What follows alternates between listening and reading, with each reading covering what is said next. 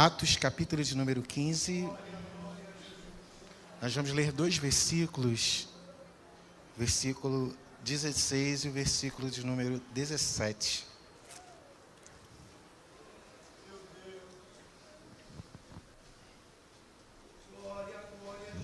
Atos 15, verso 16 e 17. Glória a Deus. Acharam? Vamos lá. Depois disto, voltarei e reedificarei o tabernáculo de quem? Que está caído, e levantá-lo-ei das suas ruínas, e tornarei a edificá-lo, para que o restante dos homens busque ao Senhor, e todos os gentios sobre os quais o meu nome é invocado. Diz o Senhor que faz todas estas coisas. Graças te damos, ó eterno Deus, pela tua palavra. Fala aos corações dos seus filhos, aqui sim como falaste ao meu coração. Dá vitória à tua igreja, o teu povo. Aqui é Ebenezer, a cada um, Pai, que aqui está a fim de ouvir a tua palavra, Pai. Que o Senhor, Pai, venha falar conosco em nome de Jesus. Amém, amém e amém. Queridos, eu tenho comentado no curso do É Bem Pregar que a mensagem mais eficaz quando falamos por parte do pregador é aquela que primeiro fala o coração do pregador, que muda o coração do pregador, que transforma o coração do pregador e depois transforma o coração do povo. É muito importante que antes que aquilo que nós venhamos servir as pessoas, primeiro venha alimentar a nossa fome e venha ter um efeito que Deus quer que surta na vida das pessoas. E hoje eu quero falar de algo aqui que de certa forma mudou muito. Muitas coisas da minha maneira de pensar, de certa forma, me trouxe um mover, um avivamento no meu coração, de maneira que depois que eu fui impactado com esta palavra, o meu culto, ele mudou, ele deu uma ativada, pastor Henrique. Eu restaurei o meu altar, e tenho visto coisas tremendas da parte de Deus na minha vida. Eu posso dizer para os irmãos que eu me sinto um crente avivado em Deus.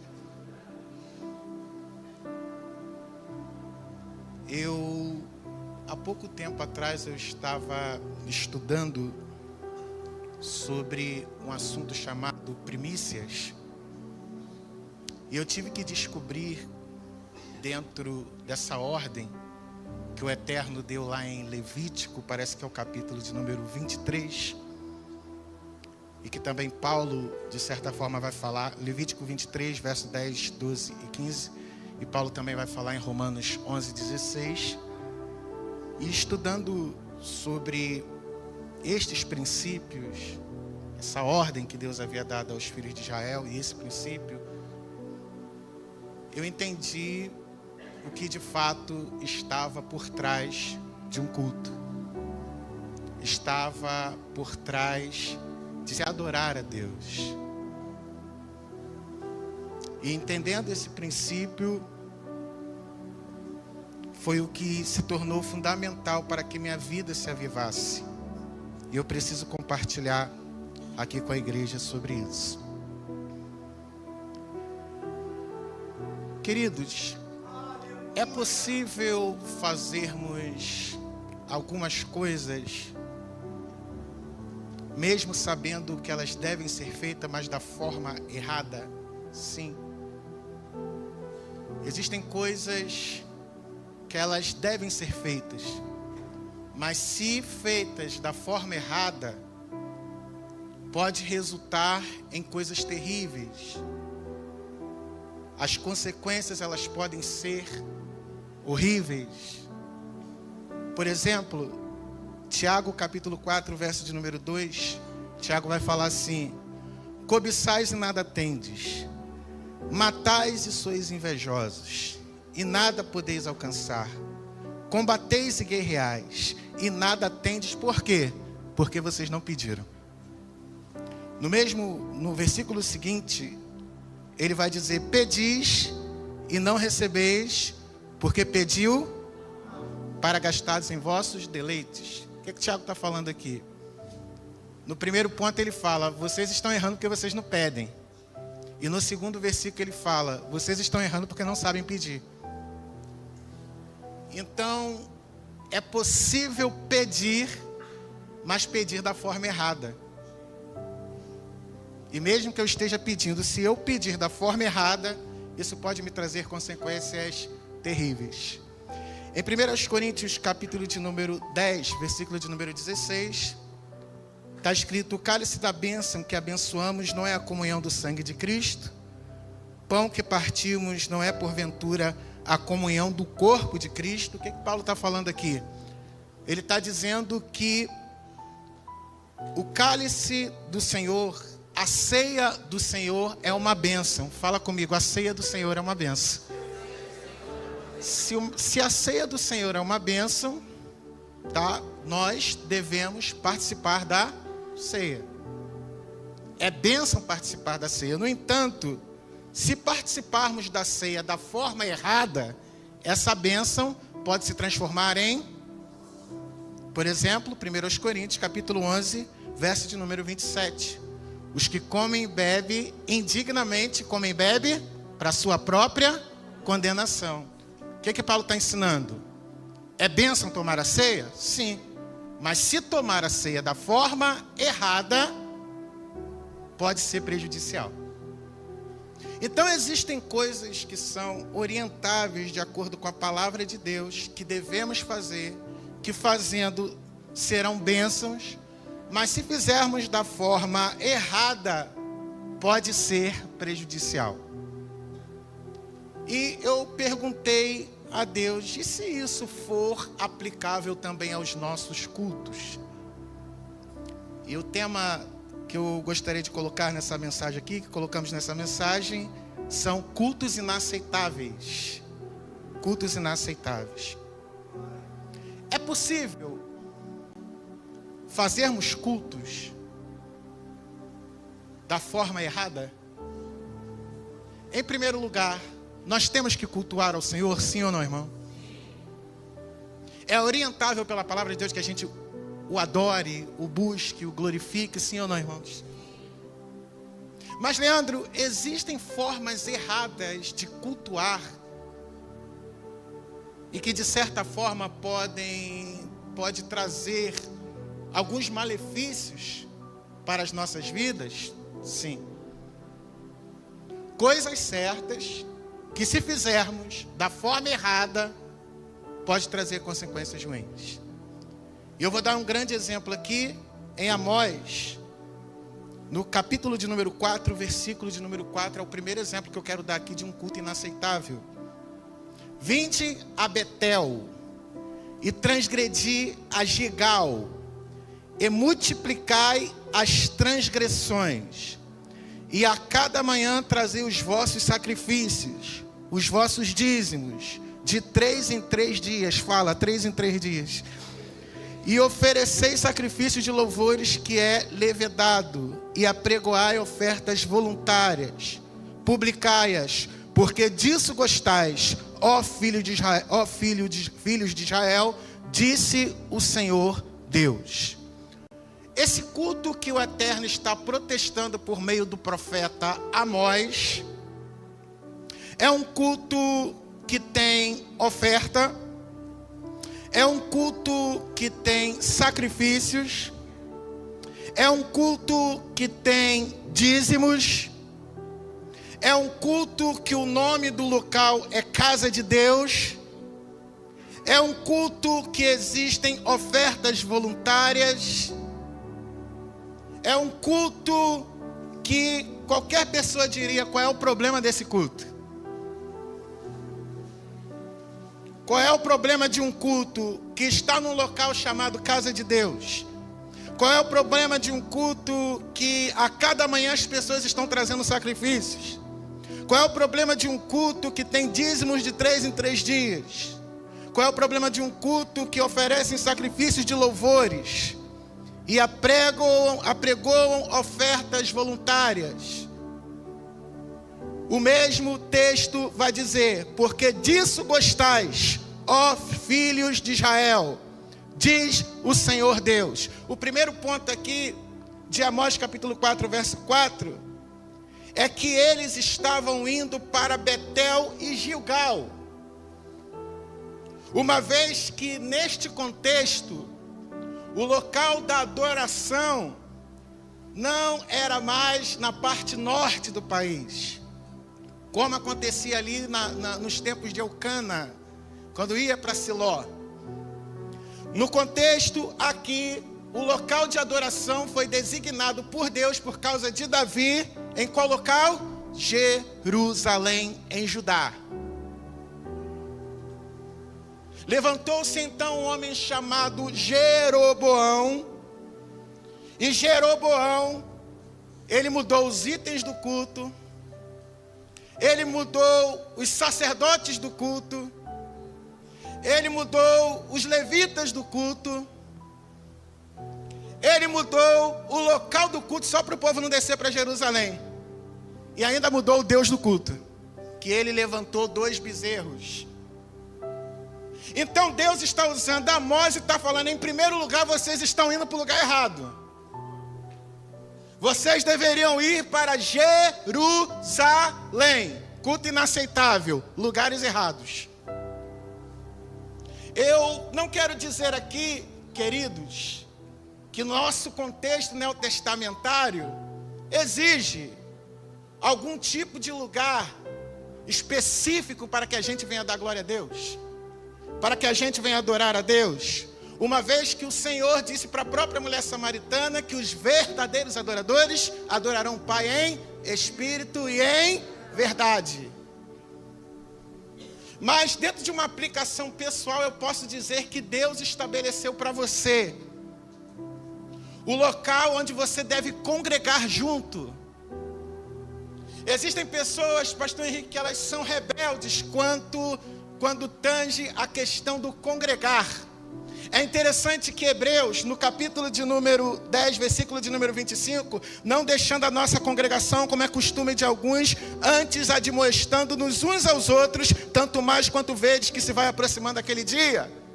O autor de Hebreus está falando: Jesus está voltando, e por ele estar voltando, vocês precisam estar juntos.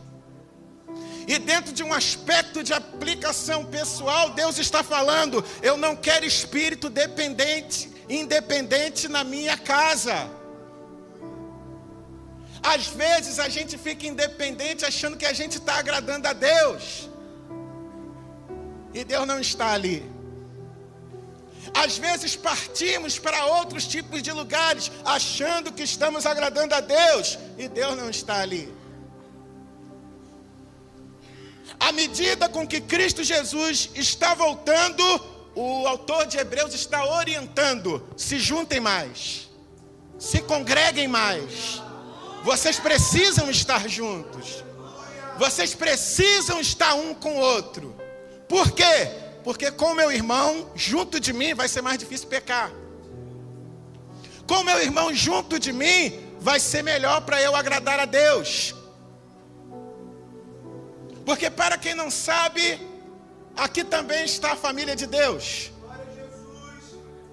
E eu tenho por mim que o valor da família de Deus não está abaixo da sua família carnal. Um dia o próprio Senhor Jesus chegaram e falaram para ele: olha, eis que a sua mãe e seus irmãos estão lá fora, eles querem falar contigo. Jesus simplesmente olhou e disse: quem é minha mãe, quem são meus irmãos, senão aqueles que fazem a vontade do meu Pai?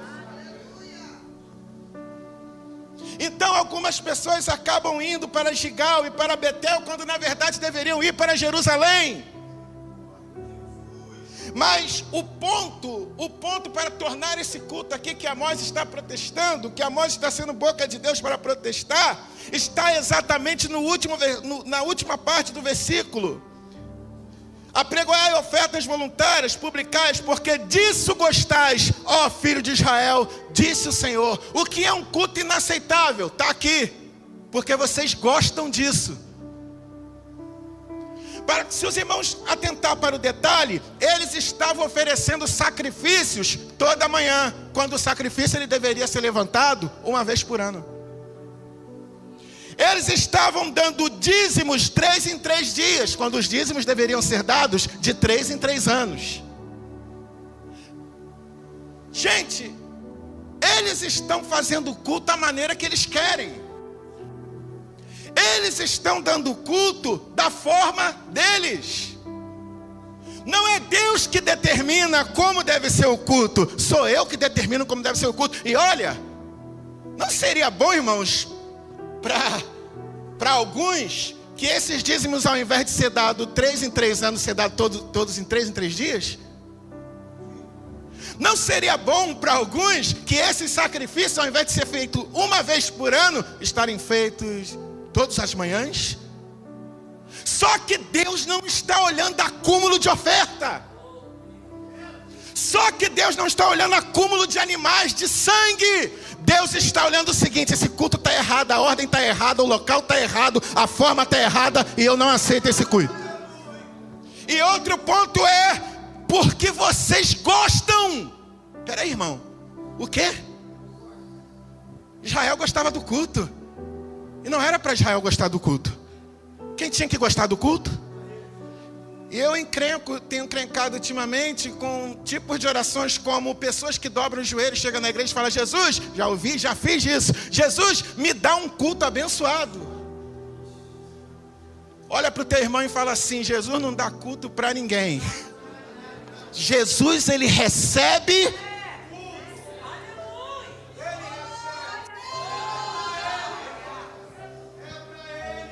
Aleluia. E às vezes chegamos lá fora, e aí, como é que o culto foi? Como é que foi o culto? Foi bênção? E perguntamos a um, perguntamos a outro: como é que o culto foi? Foi bênção? Foi bênção? E a gente foi bênção, como na verdade a gente deveria perguntar a Deus.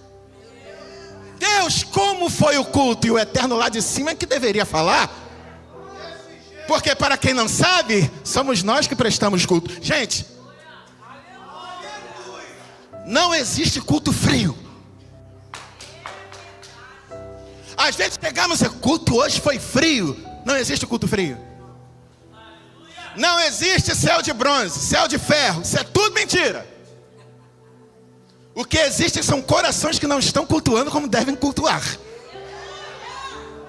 Cultos inaceitáveis diante de Deus.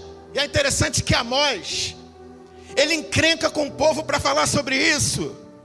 No capítulo 5, no verso 26, olha como é que as coisas estavam bagunçadas.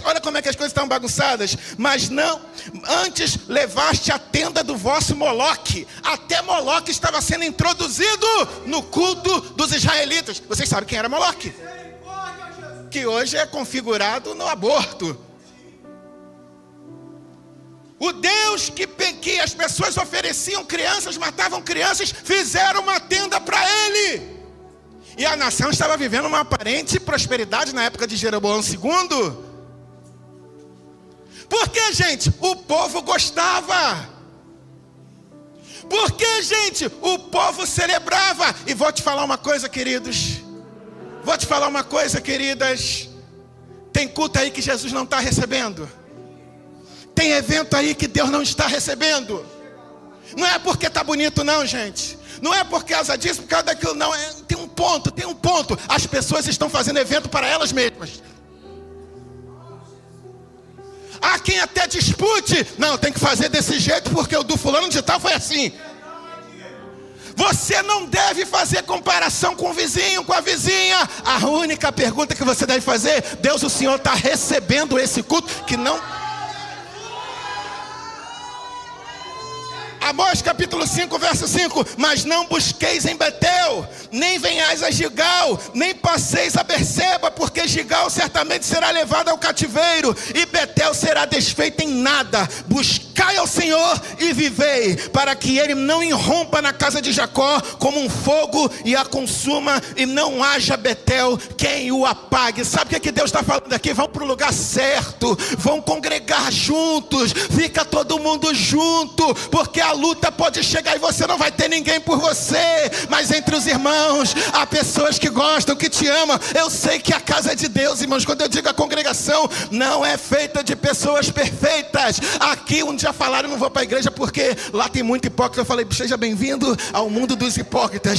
Aí tem gente que fala assim: não, porque a igreja, hein, Luísa? Tem gente que fala assim: não, porque a igreja não é hospital. Meu irmão, não é só hospital não, lá é psique, né? Lá é, como é que fala, irmão? Manicômio. Lá é tudo isso, irmão. Tem gente com problema emocional, tem gente com problemas sérios no ponto de vista emocional, tem pessoas com dupla personalidade, tem gente de tudo quanto é jeito, mas é o local que Deus escolheu para eu e você adorar a Deus. Pega na mão de alguém e fala assim: você sabia que eu sou difícil demais? Mas acredite, foi Deus que escolheu para você ficar do meu lado. Fala assim: até o arrebatamento vai ter que olhar para minha cara, vai ter que dar glória.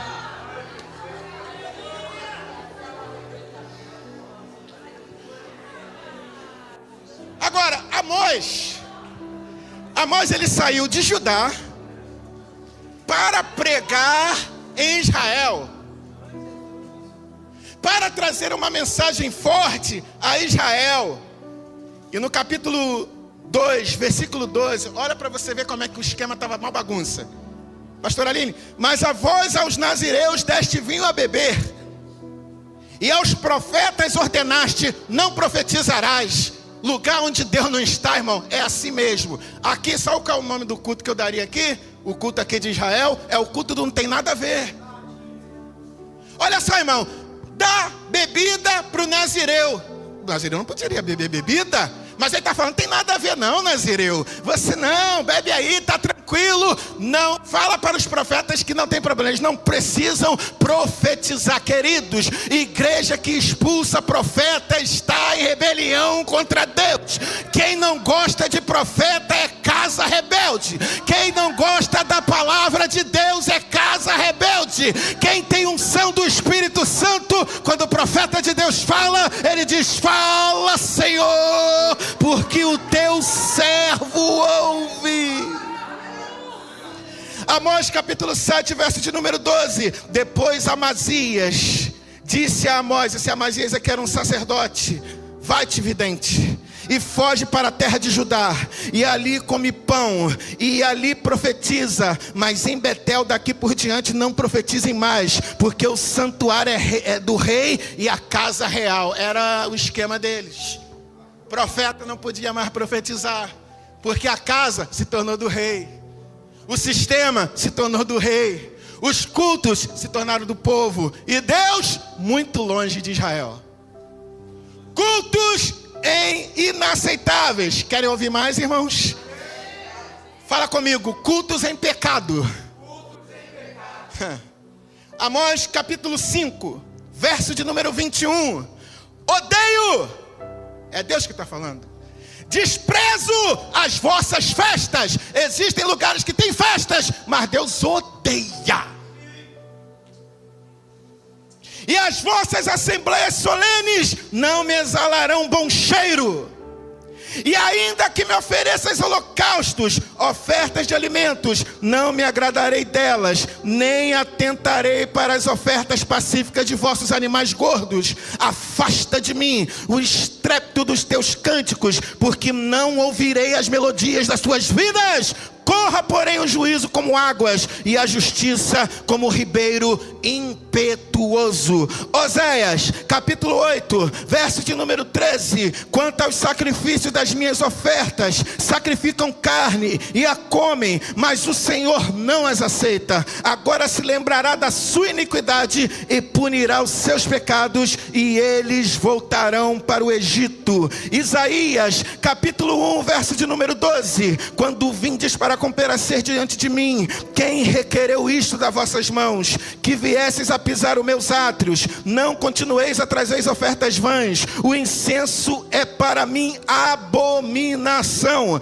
As luas novas e os sábados, e a convocação das assembleias, não posso suportar iniquidade, nem mesmo a reunião solene. As vossas luas novas e as vossas solenidades, a minha alma as odeia. Já são pesadas, já estou cansado. Você já viu a pessoa dizendo: eu não vou para o culto hoje porque eu estou cansado, eu não vou para o culto hoje porque eu não estou me sentindo bem. Eu olhando esse versículo pensei, Deus às vezes também pensa assim: eu não vou comparecer hoje porque eu estou cansado da hipocrisia, eu não vou comparecer hoje porque eu estou cansado de cultos em pecado. Aleluia, aleluia. Mas Deus está falando para Ebenezer: deixa eu entrar, deixa eu morar, deixa eu ser glorificado. Cultos sem coração. Isaías 29, 13. Porque o Senhor disse: porque este povo se aproxima de mim, e com a sua boca e com seus lábios me honram, mas o seu coração se afasta para longe de mim, e o seu temor para comigo consiste em só em mandamentos que foi instruído. Tem gente vivendo no automático, é isso que Deus está falando. O culto não é de coração, é porque alguém está mandando, é porque alguém está instruindo. Se não tiver ninguém falando, não dá glória a Deus, ele não dá glória a Deus. Se não tiver ninguém falando, faça isso, ele não vai fazer isso. É o que Deus está falando. Não pode ser só de lábios, tem que ser do coração, tem que ser do coração. Eu sinto a presença de Deus aqui nessa noite. Cultos sem honra.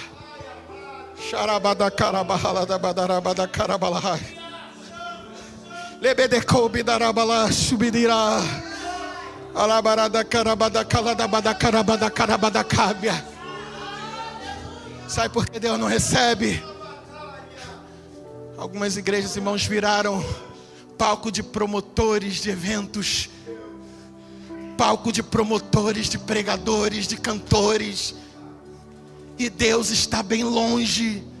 Leandro, é possível Deus ir para fora da igreja? É claro, Apocalipse capítulo 3, verso 20, não é para o mundo, é para a igreja. Jesus está do lado de fora dizendo: eis que estou à porta e bato. Aí no texto fala assim: se alguém ouvir. Se ele está falando dessa forma é porque ele está gritando. Ele está dizendo: deixa eu entrar. Ele não está só batendo, ele está falando: deixa eu entrar. Mas como é que pode, irmãos, uma igreja colocar Jesus do lado de fora, falando fica aí? Ele está gritando, mas ele está batendo e ninguém deixa ele entrar. Ah, se fosse na Ebenezer, ah, se fosse aqui, entra Jesus, a casa é sua, o reino é teu, a glória é tua.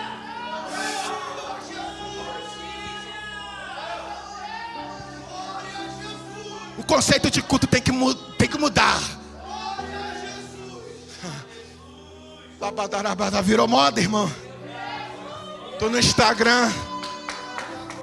Andy Wilson, eu tô no Instagram esses dias. Aí tem um grupo de jovens. Hein, Carlos? Colocaram uma imagem de escultura da Maria e começaram a cantar música como worship, é isso?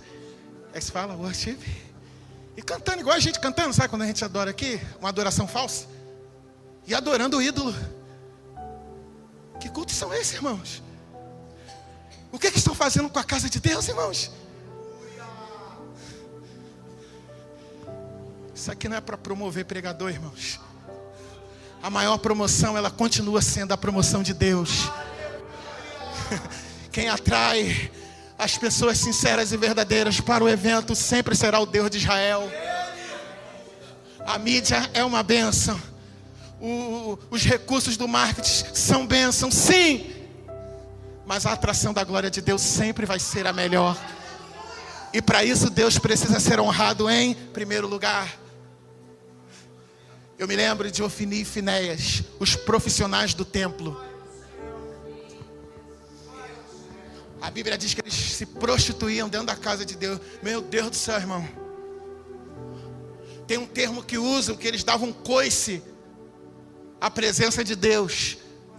Eles desprezavam a presença de Deus. Quando o sacrifício vinha, o melhor não era para Deus, era para eles. E Eli,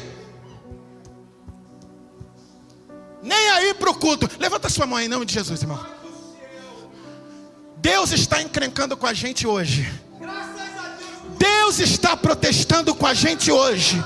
Ele está perguntando para cada um: como é que está teu culto?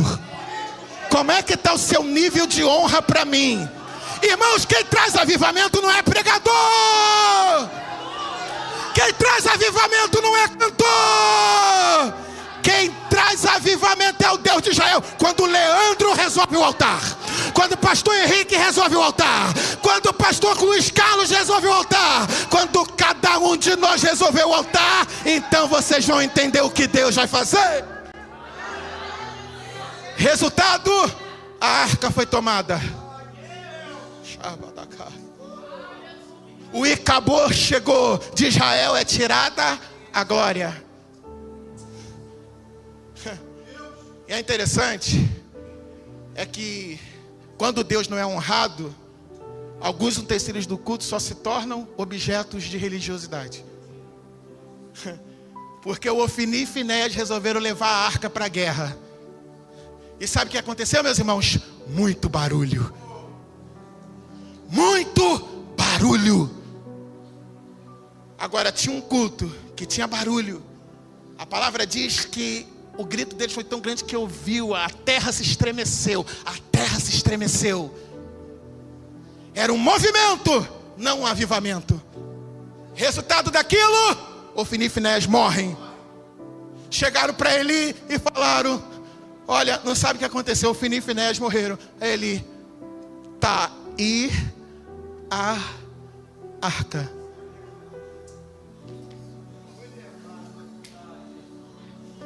E quando ele ouviu a notícia que a arca de Deus fora tomada, ele caiu e quebrou o pescoço e morreu.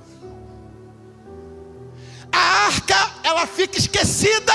Quem não lembra de Saul? Saul viveu um ministério todo sem a arca e sem se preocupar com a arca.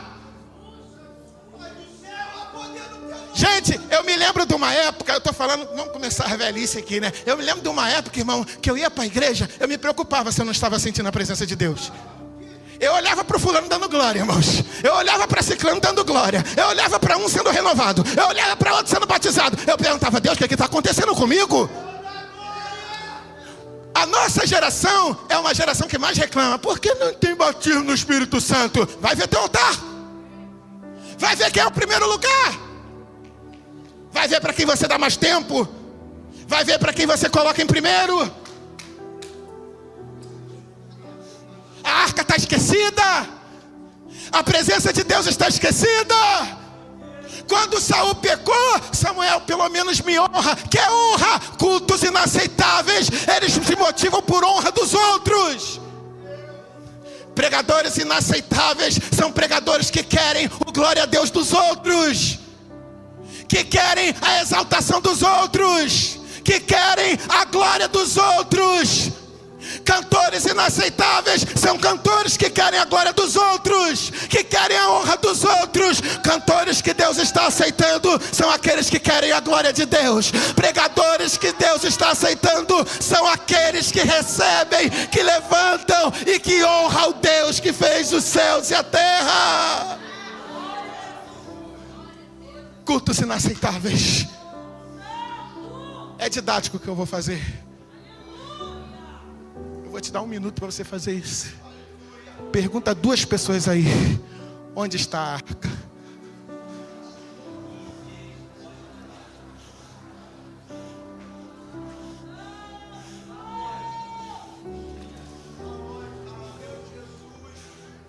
Se existem cultos inaceitáveis, agora eu quero trabalhar com vocês. Quais são os cultos que Deus aceita?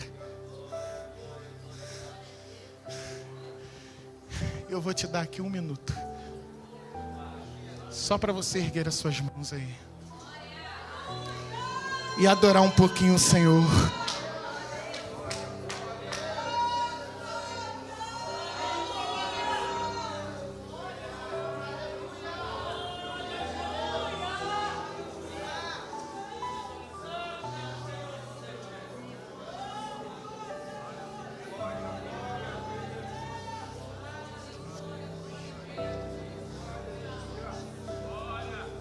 Oh, meu Deus. Xarabadarabada carabalada bada carabadarabalada. De barabada carabalada rabadarabadarabada. Eu li sobre a arca. Na verdade, eu li sobre o tabernáculo de Davi. Na última vez que falamos sobre honra, falamos que é o único tabernáculo que Deus sente saudade. E por que Deus não está citando aqui o tabernáculo de Moisés? Por que Deus não está citando aqui o suntuoso templo de Salomão? Por que Deus não está citando aqui o templo de Zorobabel, o templo da glória da última casa? Ou por que não está citando aqui o templo de Herodes, o templo de Mateus capítulo 24? Porque Deus está com saudade de um tabernáculo. E é o tabernáculo de... Então, 1 Samuel, capítulo de número 6. Tu coloca aí, Jean, por favor. 1 Samuel, capítulo de número 6. E já caminho para o final.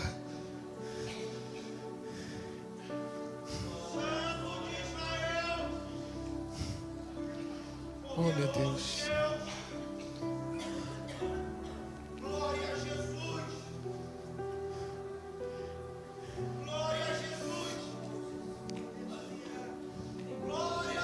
Gente, desculpa, eu falei primeiro, é o 2º livro de Samuel, tá? No primeiro a arca é levada, no 2º Davi torna. 2 Samuel capítulo 6, verso 1. E tornou Davi a juntar todos os escolhidos de Israel em um número de 30.000. E levantou-se Davi e partiu com todo o povo que tinha consigo para Baalim de Judá, para levarem dali para cima a arca de Deus, sobre o qual invocava o nome do Senhor dos Exércitos, que se assenta entre os querubins. E puseram a arca do Senhor num carro novo. Fala comigo, carro novo. Isso significa um carro renovado. É interessante que quando falamos de honra, e eu até que não mencionei, Malaquias capítulo 1, verso número 6, um dos pontos ali que Deus protesta é que eles estavam trazendo pão imundo diante de Deus. Era um pão mofado, era a mesa dos pães, que ficava no lugar santo, na parte direita, 12 pães. Eles precisavam sempre ser renovados. Aquele pão não podia estragar, não podia ficar mofado. Eles precisavam estar sempre renovados, sempre novos, para soar diante do Senhor. Isso fala da nossa renovação espiritual todos os dias. Queridos, tem pessoas que elas vivem de cultos passados, tem pessoas que vivem de festividades passadas, tem pessoas que vivem de congressos passados, tem pessoas que vivem de coisas passadas. Naquela época eu dei muito glória a Deus, naquele dia eu pulei, naquele dia aconteceu isso, aconteceu aquilo. Sabe o que o Senhor está falando? Renova esse pão já foi, precisa renovar, precisa de um outro novo. Se ontem a potência foi boa, aumenta a potência hoje. Aleluia. E tem gente que submete culto apenas à emoção. Eu já cansei de ver gente falando assim: eu não dou glória a Deus porque eu não estou sentindo. Queridos, quem disse que para dar glória a Deus tem que sentir alguma coisa? A gente, para dar glória a Deus, não precisa nem sentir, a gente precisa de motivo. E eu vou dar alguns aqui para você. O seu nome está escrito no livro da vida. Você vai ser arrebatada. Deus te tirou do mundo e trouxe para cá. Deus te tirou da lama e te colocou entre os príncipes. Pega na mão de alguém aí, provoca ele e fala assim: se tu não der glória a Deus, eu saio de perto de você, vai!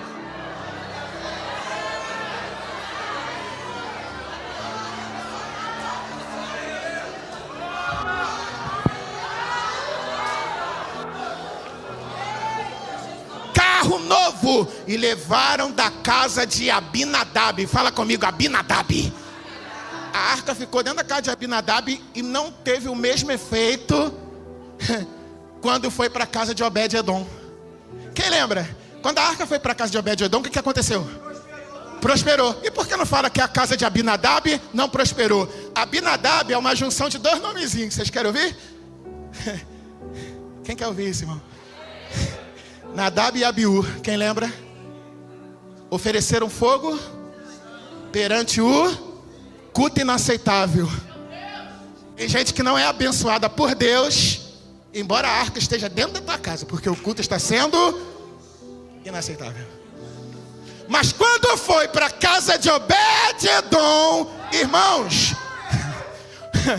o boi, a vaca começou a dar bezerro. E é leite para todo lado, Raquel. E é coisa para todo lado. E bênção para todo lado. Cadê os empreendedores dessa igreja aqui, irmão? Tá aqui? Tá aqui? Cadê os empresários dessa igreja? Você que até quer ser, levanta a mão aí. Cadê os assalariados? Levanta a mão também. Cadê você que quer receber de Deus aqui? Fala para alguém aí: honra a arca, honre a Deus, e você vai ver, vai nascer do nada, vai vir cliente do nada. Deus, ele vai trazer a providência, e a glória do Senhor será enaltecida. Ah, senti de profetizar. Eu senti de profetizar. Quem tem negócios, quem... Não, irmão, eu tô falando sério. Quem quer que o salário aumente aqui, levante a mão. Quem está esperando uma causa na justiça, levante a mão. Dá um abraço forte ao seu irmão e diga assim: honre a Deus, e só espera.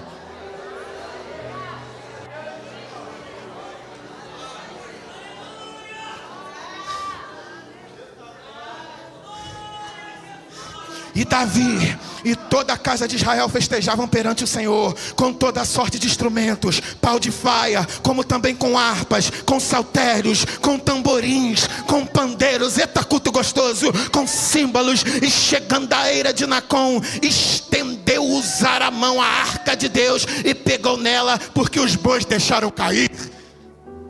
A palavra usar significa força. Significa? Porque a presença de Deus não é por força nem por... mas já pelo meu espírito, diz o Senhor. Irmãos, que coisa louca. Porque só porque a arca caiu, Uzá meteu a mão. Irmãos, eu vou dizer o que aconteceu ali. Foi um tiro que ele tomou. Davi vai falar que se abriu uma ruptura. É um buraco. Você já viu um buraco? Acho que Deus fez assim, ó.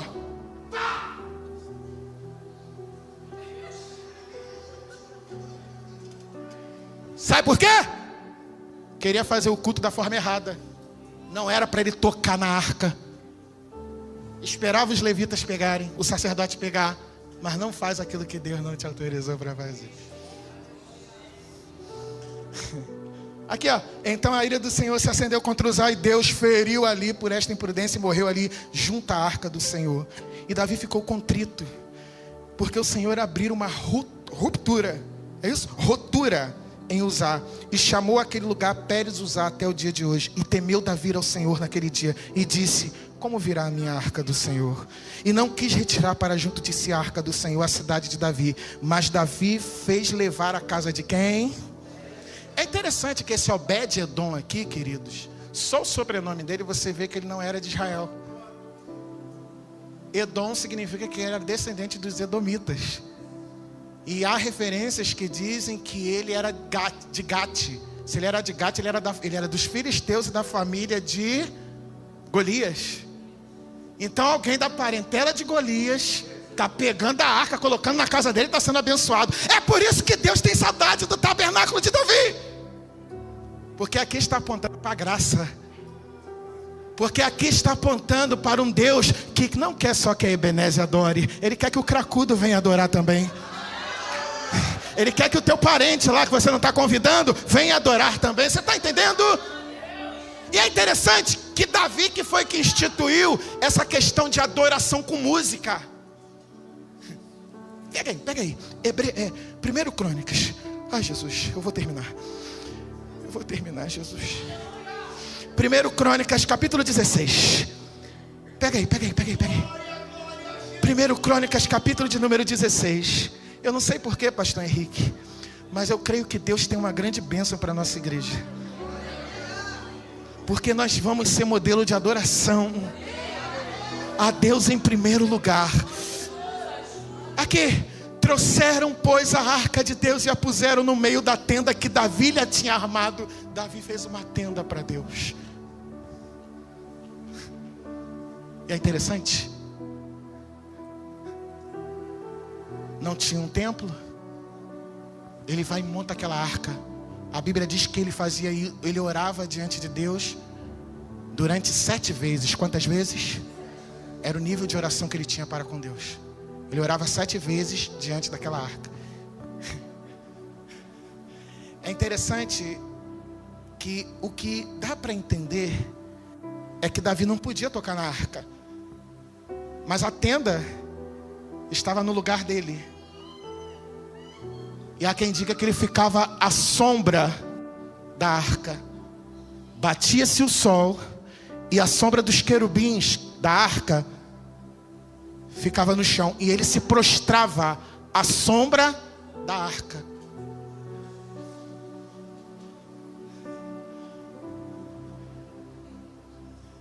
Acho que é por isso. Aleluia. É por isso que no Salmos 17:8, guarda-me como a menina dos teus olhos e esconda-me à sombra das tuas asas. É por isso, aleluia, que no Salmos 36:7, quão precioso é teu amor, ó Deus, à sombra das tuas. É por isso que no Salmo 91, porque Ele te livrará do laço e Ele te cobrirá com as suas penas, e debaixo das suas, aleluia. Sabe o que Davi estava falando? Só a sombra de Deus eu estava sendo abençoado e protegido. Eu só precisava da sombra dele. A sombra dele, quem só habita a sombra do esconderijo do Altíssimo, aleluia, esse terá proteção, esse terá livramento, esse terá a glória de Deus. Não era a sombra de Pedro que curava, era a sombra do Eterno que estava refletindo sobre ele, e ele passava, as pessoas são curadas. E se eu fosse você, levantava a mão para receber isso. Tem pessoas que depois que você honrar a Deus, você só vai passar, você só vai fazer uma visita, você só vai entrar, Deus vai abençoar essa casa, porque a sombra dele está sobre a nossa vida. Estamos falando de um culto aceitável, de um homem que amava a Deus, que adorava a Deus, que tudo era... Deixa eu falar uma coisa para vocês, irmãos. Sabe o que eu percebi, pastor Henrique? Que eu não trabalho para mim e para minha família só. Eu trabalho primeiramente para... Você que trabalha com doces, você está trabalhando para Deus. Você que trabalha com modas, você está trabalhando para Deus. Com roupas, você que trabalha com outra coisa, seja qual for, você está trabalhando para Deus. Você precisa pagar o reino de Deus. Você precisa pagar as coisas de Deus. Nós somos os mantenedores das coisas de Deus. Esse microfone aqui é sagrado. Esse som aqui é sagrado. Trabalhamos para manter isso aqui. Trabalhamos para manter essa cadeira. Essa cadeira não é para os rocks aí desse mundo. Esse microfone não são para os coaches aí desse mundo. Esses microfones aqui são para quem é chamado, para quem Deus chamou. Aleluia. Passa a trabalhar para Deus. Deus em primeiro lugar. E por que Davi tinha esse fascínio por Deus? Porque ele tudo era Deus. Deus, Deus, Deus e Deus.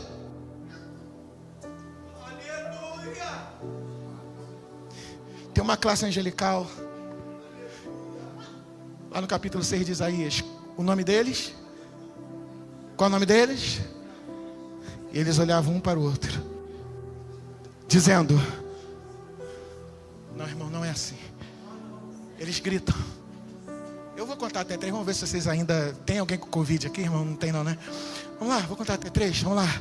Os daqui para lá, os de lá para cá. Vamos lá, 1, 2, 3. Vai. Vai. Vai. Vai. Irmãos, seria uma coisa terrível, seria um jugo terrível, se Deus tivesse mandado eles fazer isso. Seria um castigo terrível se Deus falasse: fica aí me adorando, santo, santo, santo. Deus não falou. Não existe um texto bíblico que diz que Jesus mandou alguém dar glória para ele. Não existe. Seria um castigo terrível se Deus falasse: fica aí me adorando. Eles não fazem isso por mandamento, eles fazem isso por satisfação. E veio um atribulado um dia falar: eu não quero ir para o céu não. Por quê? Porque é monótono. Eu vou ficar lá santo, santo, santo, santo. Ah, filha do Satanás. Os anjos. Irmão, é impossível estar diante de Deus e não glorificá-lo. A gente já vive um pedacinho do céu aqui. Você quer ver, irmão? Quem é que estava lembrando da conta? Você vai lembrar porque eu estou falando agora. Mas você sempre fica sentindo a presença de Deus, você esquece tudo. Imagina o ambiente do céu. Tem gente...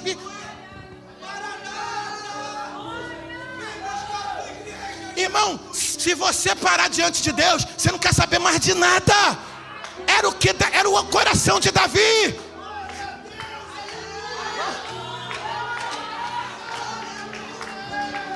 Lá em Apocalipse, apresenta uns seres lá, cheios de olhos. Quem já leu, irmão? Os seres cheios de olhos. Óleo de olho. Eu sei que tem muitas perguntas acerca desses seres, quem são, o que representam, tem. Mas um comentarista falou uma coisa tremenda.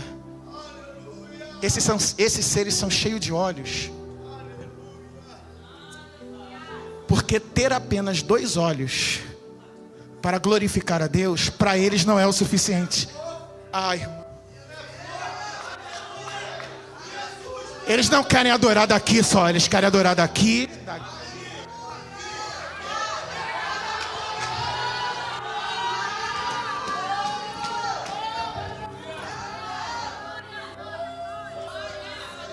Lá em Cantares diz assim: dai-me olhos como de pomba. Dai-me olhos como de pomba. O que significa isso? Dai-me olhos como de pomba. Você sabe que o livro de Cantares é alegórico, existe uma mensagem para a igreja.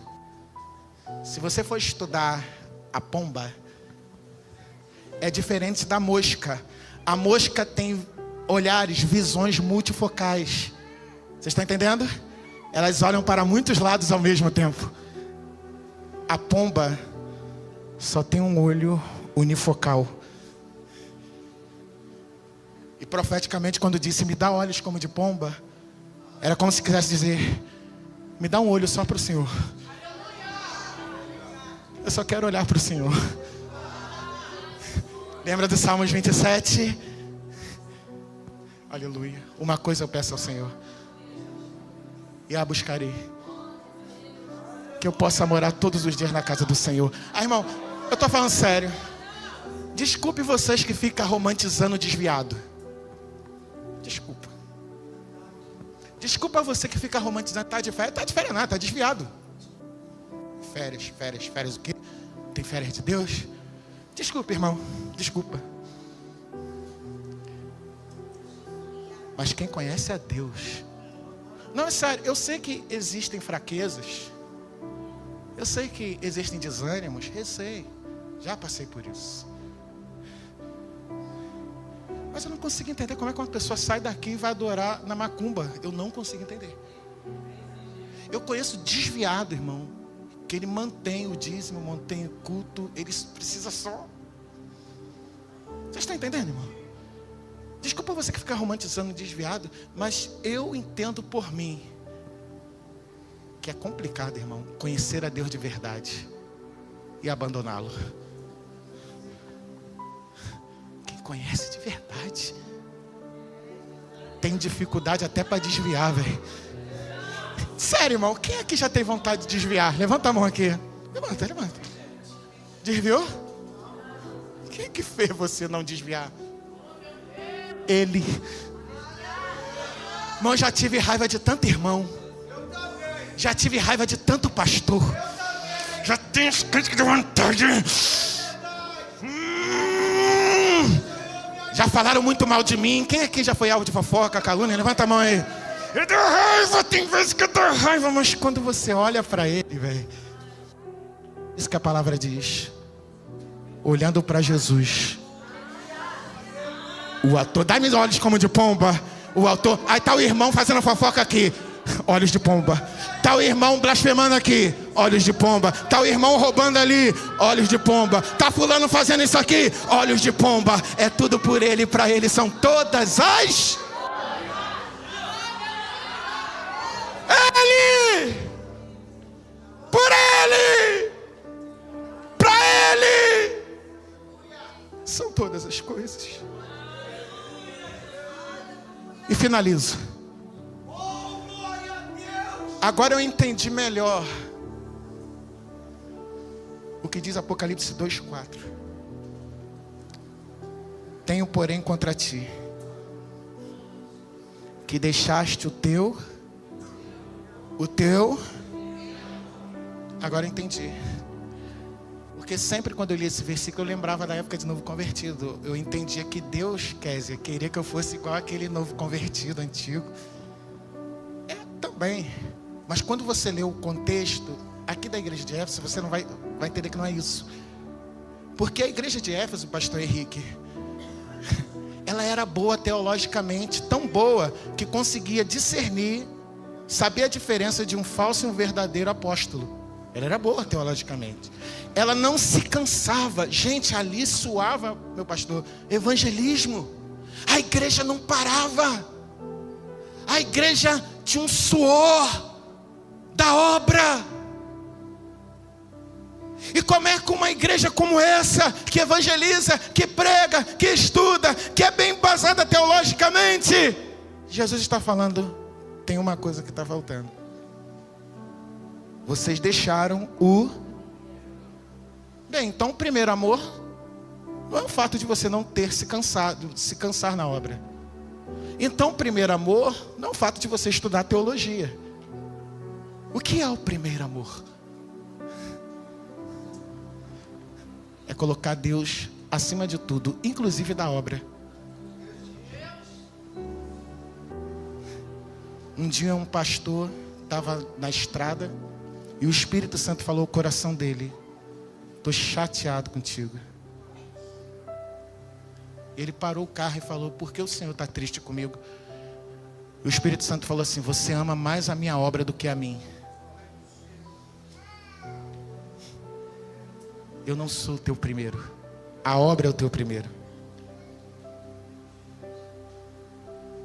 E Deus está aqui para nós,